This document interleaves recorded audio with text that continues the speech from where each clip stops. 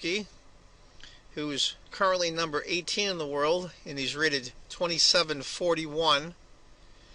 And Alexander Morozevich from Russia, he's rated number 10 in the world, and he's rated 2758. Give you an idea, there's only 17 rating points splitting the two players, and there's 8 places difference in the world rankings. That's how tight it is. These guys are great players. I'll have to say up front, not to be a spoiler, but I kind of get on Gata a little bit. He's not the most exciting player in the world sometimes, but this is a really, really great game. So let's get to it. Gata has the white pieces, and Alexander Morozevich has the black pieces. Gata goes e4, c5, knight to f3, g6, c4.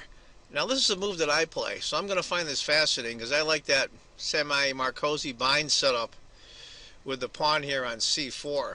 I do that myself, so this is going to be very instructional for me as well. They listed as an alternative to c4 would be knight to c3 and then bishop here. It goes against the setup with the white pawn on c4, kind of reinforces the square here for white. After c4 for white, he fianchettoed his bishop and d4. Now he's directly going after the c5 pawn. Queen to a5 check, knight to c3, d6, h3, being that he wants to control this square here. That light squared bishop pinning this knight against his queen would be extremely annoying. Knight to c6,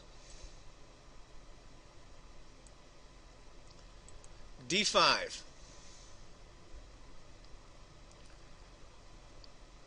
Now those of you who play this out, you want to pause the video now. Bishop takes the knight here, check.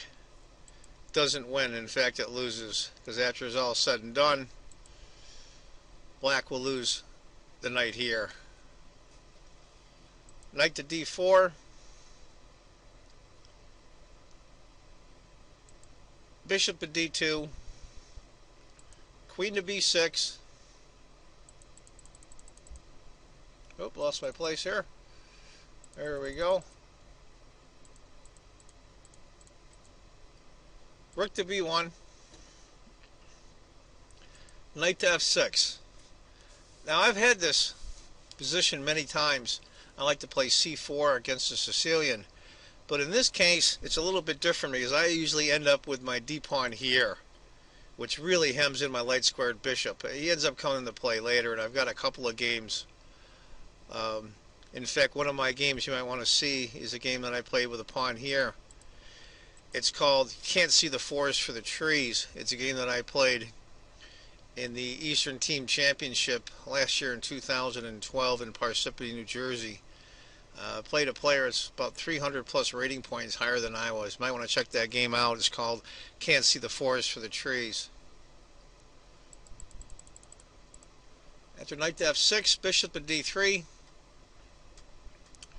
Black castles. Black's a little cramped here. I gotta say, I think Gata played this opening beautifully. This bishop right here looks a little hemmed in, but really he isn't. He's going to be coming into play here soon. White castles. Knight to d7.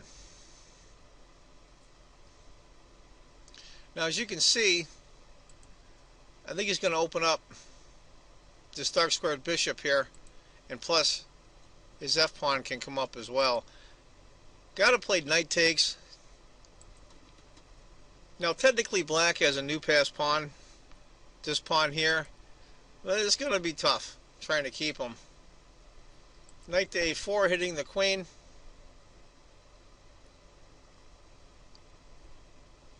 Here I'm going to pause the video and you're going to see a retro commercial, so I'll kiddingly say we'll be back after a word from our sponsor.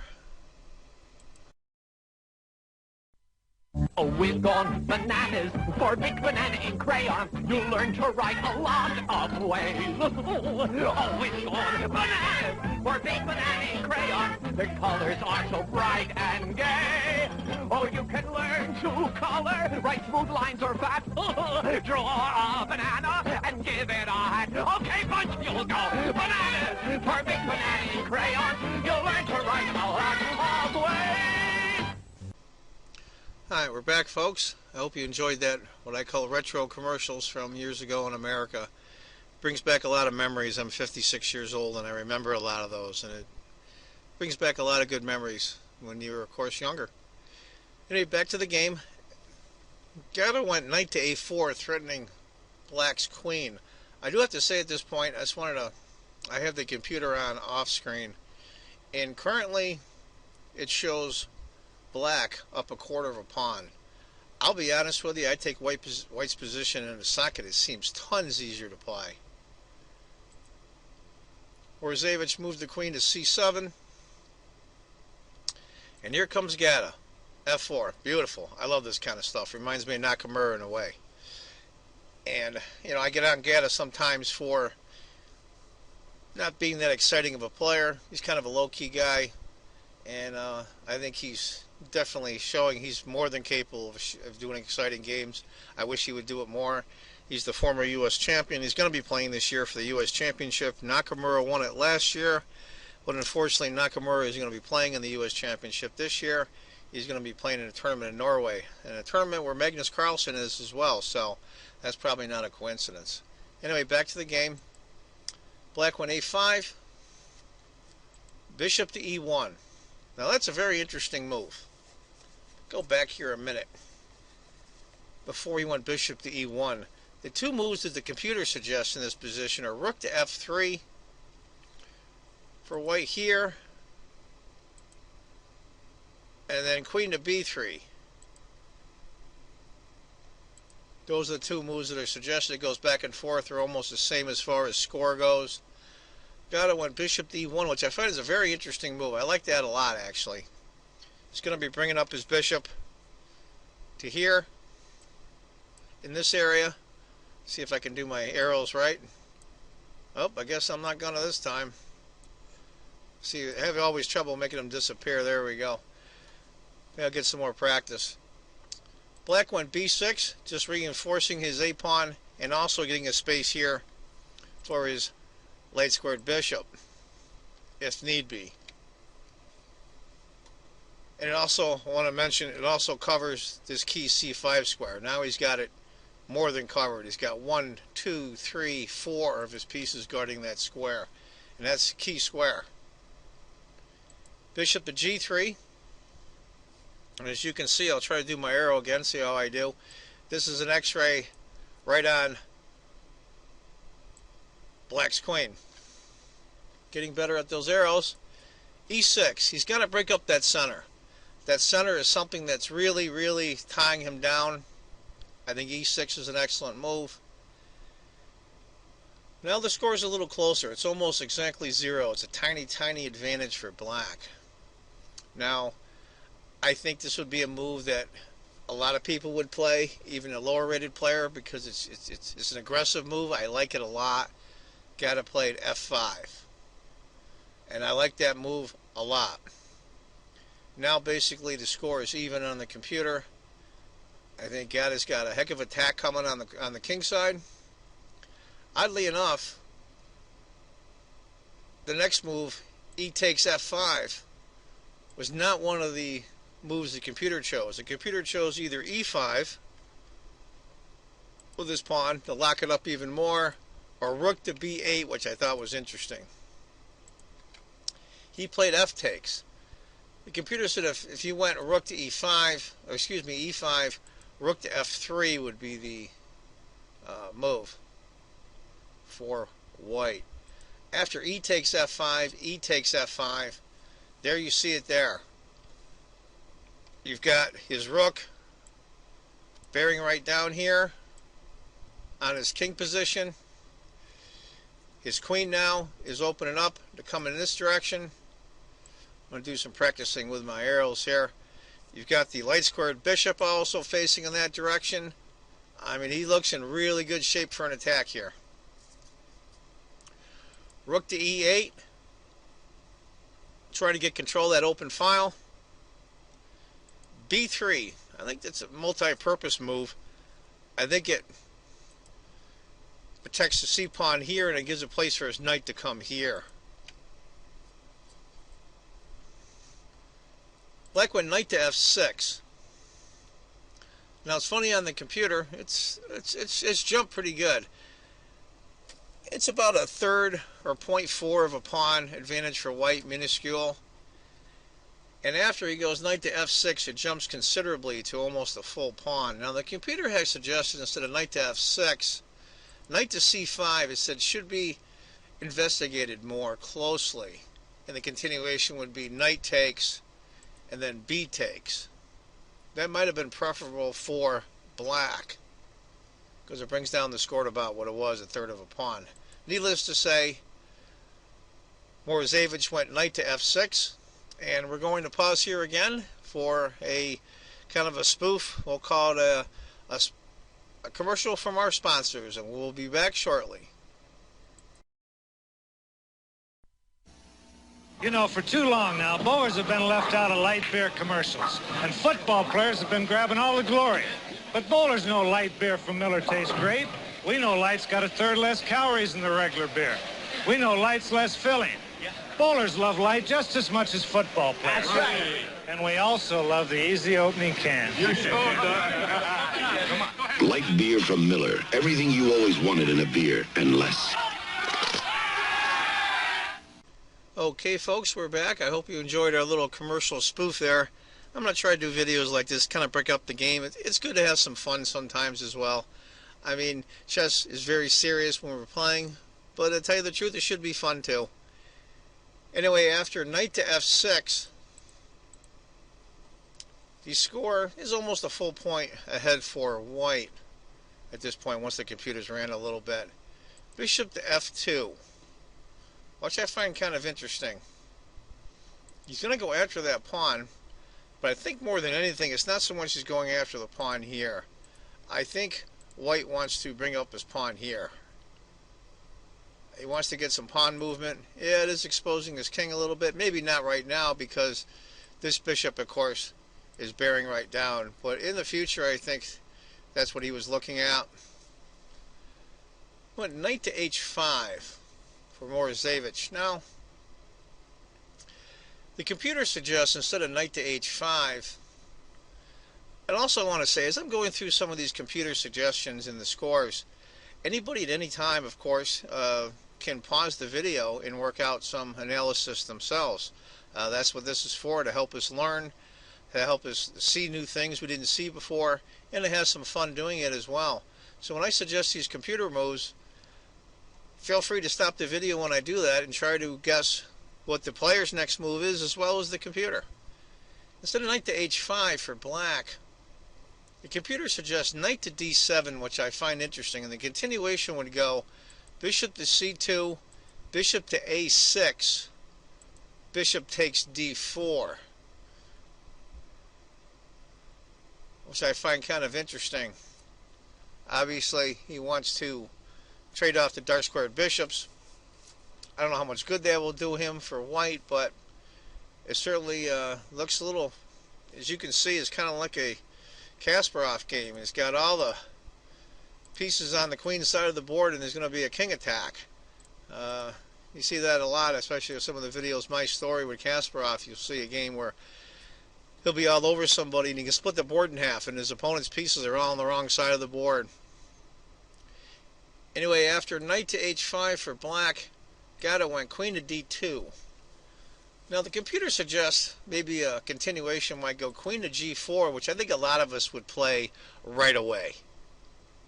Put pressure. As you can see, of course, the queen is bearing down right on the king here. Well, now I'm going to get rid of my arrows here. Try to get rid of this one. Well, looks like I'm going to have a ton of arrows here, folks. Guess I need some more practice. Then we'll go bishop b5, bishop takes, rook to b8. I find interesting. After queen to d2 by Gata, Morozevich went bishop to e5. Now this bishop here is going to have to find a way to get in the game. As I've seen Victor Korchnoi say on some analysis videos, you know, my bishop wants to play too. He speaks like they're people almost. He wants to get in the game. Rook b to e1. Now we've got double barrel. I won't do any arrows in case I can't get rid of them. Double barrel rooks just bearing right down.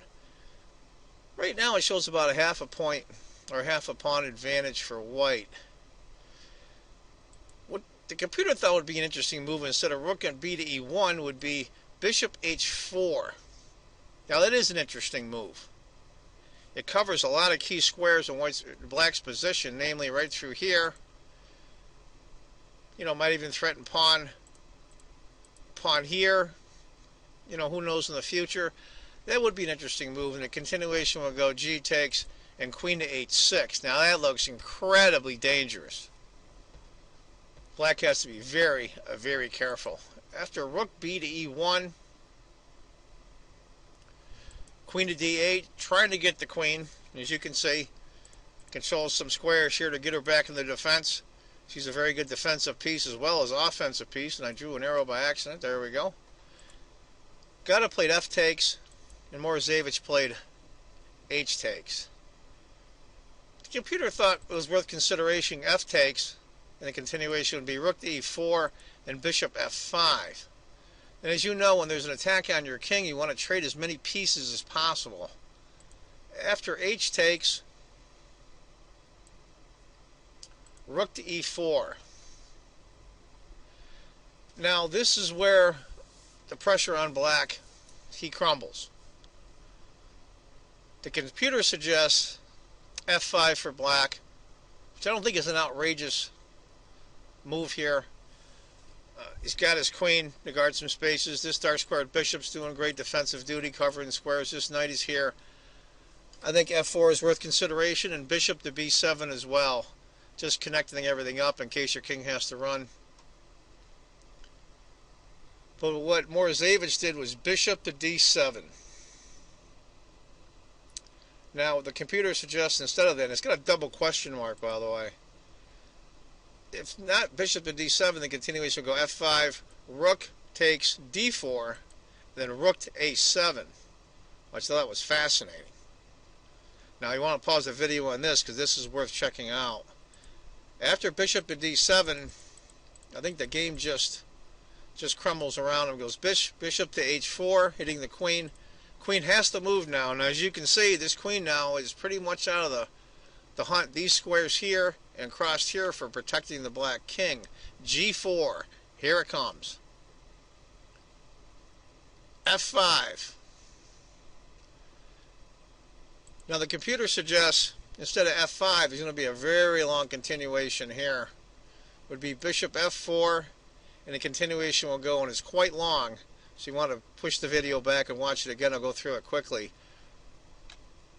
Rook takes, knight takes, queen takes, f5, knight takes, rook a to b8. This is probably the longest continuation I've ever seen on a computer. Queen to h6, queen to d8, queen takes, king to h8, bishop takes queen, rook takes, bishop takes, rook to e7, queen checks, king to g8, king to h7 check, king takes, queen takes e7 check, king to e8, rook takes d8 check, bishop to e8, queen takes, king to h7, rook checks, king to h6, queen checks, king to g5, and mate. Now, did everybody follow all that? We're going to pause right now after that long continuation, after 26 f5, and have another word from our sponsor. This year, fashion loves the big, big curl. The big, big turtle loves tippity-doo. Tippity dippity-do.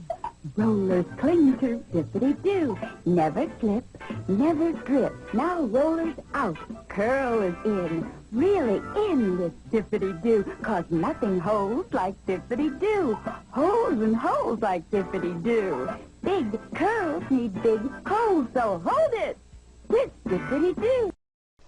Okay, folks, back to the game. After F5, move 26 for black, Ghana plays rook takes E5. Very good move. Currently the computer shows about a 3.5 pawn advantage. It's over a piece. There's a serious attack coming. I mean, look at this. The only thing that's out of play really is Ghana's knight. And you'll see in a little bit he actually gets back in the game as well.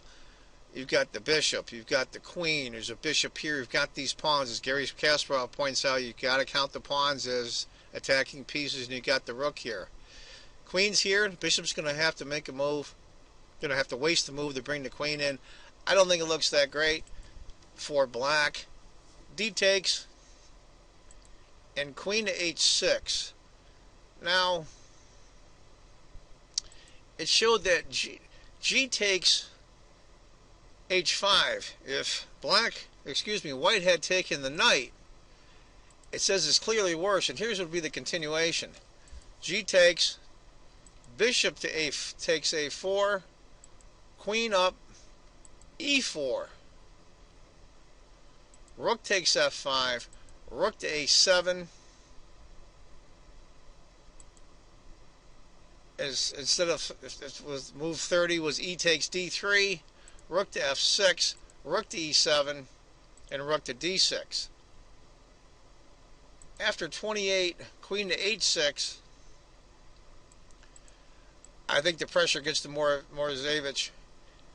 He plays e4. It's got another double question mark. And it said leads to a quick end. What he should have played instead was bishop takes a4, queen takes, queen to g7, queen takes, bishop d7. Now if I'm going too fast here on these, just go back and redo the video. I'm just trying to do this for time considerations. Bishop takes, rook to f8, bishop e6. Interesting move there. Bishop takes, rook takes f8, rook takes, d takes, queen to h7, queen to g5 check, and queen to g7. That's what Morozevich should have done instead of e4. And the computer gives that move a double question mark. White went d6. And it also says here 29 pawn takes knight is a useless try. After bishop, we see that bishop to a4 theme again. Bishop to b1, queen to g7, queen takes check, king takes the bishop d3. Now that shows a tiny advantage for white instead of a huge one. So d6 was the correct move. Queen to b7, and it said now if the queen took the pawn on d6, here's what would happen. Queen takes d6, and it says the pawn contains a lethal dose of poison. I like how it gets graphic like that. The continuation would go c5, queen to b8, g takes, e takes d3, queen takes check, or if 32, f takes g6, rook to e7, rook to f7, rook takes, g takes check, king takes, queen takes check, king to g7, queen to g5, king to h7, queen to e7 check, king h6, queen takes bishop, queen to g8 check, king to h2, out of the way, out of danger, rook to g6, queen takes d4, rook to g8, queen to f4 check, king to h7, and looks pretty good here for white. After queen to b7, not taking the pawn as we went through that scenario, knight takes b6. And I'll tell you the truth, there's a whole lot of scenarios through here, and I think I'm going to skip those because I think we can see the end is coming for black. rook to e6. Now what they're saying is instead of rook to e6 for black, he should have played bishop to c6. And it says otherwise his curtains at once, and he would go knight takes a8, rook takes a8, g takes h, queen to g7, queen takes, king takes. That's over a 5-point advantage. We can see white is a piece and a pawn up, piece being the bishop. After rook to e6, g takes the knight, g5, hitting the bishop. Now you can go through analysis right here. There's going to be a ton of it. I'm going to skip this analysis here and go queen takes g5 check, which I think is the obvious move that anybody would play. King to h8. Got to play queen to f takes f5. Rook to g8. He's trying desperately to bring pieces over there to defend. Now it's funny, that poor knight that was sitting over here forever is now sitting here. And if the queen takes, it's certain death. King to h2. Black plays pawn takes bishop. Bishop to f6 check. Rook has to take. Queen takes check. King to h7. Knight to d5. Beautiful. Now that knight that was sitting over there doing nothing is now alive. It stops the queen from coming in and doing some harassing work. As you can see here, the queen can come here with this rook here. It's mate. That knight does a beautiful job now. Finally earned his keep. Bishop to h3. King takes h3. Queen to d7 check. King to h2. d2. And queen to e7 check. And Morozevich resigned. This is a beautiful game. Great game by Kamsky. I have to say, I get on him quite often for being a boring player. This certainly was anything but boring. There's a whole ton of analysis that could have been done earlier in the game. Feel free to punch in this game on your computer, or even better yet, try to figure out the analysis on your own. That way you can learn. I hope you enjoyed the video, and I hope you enjoyed my little, what I call my sponsor commercials. It's kind of a retro from the 1970s and early 80s. Those of you outside of America, gives you an idea what America looked like in the 70s and early 80s, back when I was young. I got out of high school in '74. Anyway, that ends this video. I hope anybody will comment concerning some of the videos I showed, as well as the analysis. And please, everyone, please subscribe. I would personally appreciate it. And remember, folks, if you think chess is just a game, you're not playing it right. And I'll see all of you in the next video. Bye-bye, folks.